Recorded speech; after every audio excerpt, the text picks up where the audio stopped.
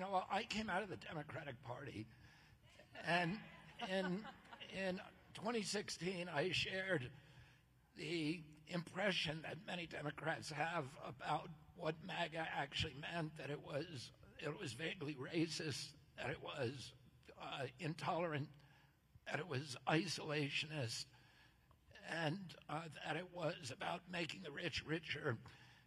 And I've come to know President Trump and to know so many of you.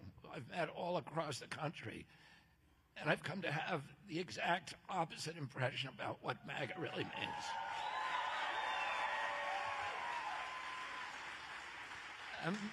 Making America great again is about returning to the 1960s when my uncle was president, when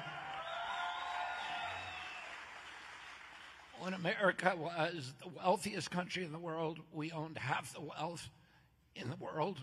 We had a booming middle class that was unlike anything that had been created in any nation, existed in any nation in history. It became the greatest economic engine in the history of mankind.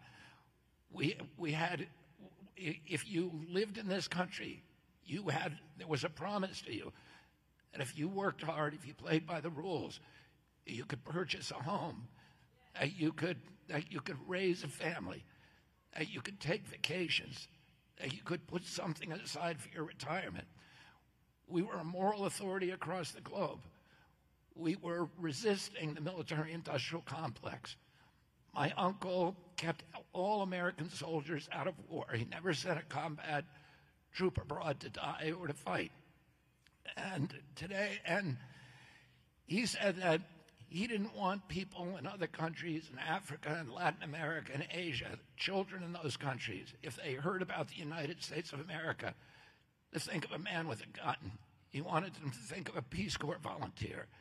He wanted them to think of the Alliance for Progress, USAID, the Kennedy Milk Program, these programs in which the U.S. projected economic power abroad rather than military power, where we were raising up, we were end-running the oligarchies, the military juntas in those countries, and we were helping the poor in those countries to lift themselves up and create their own middle class, which is the only basis for a stable democracy.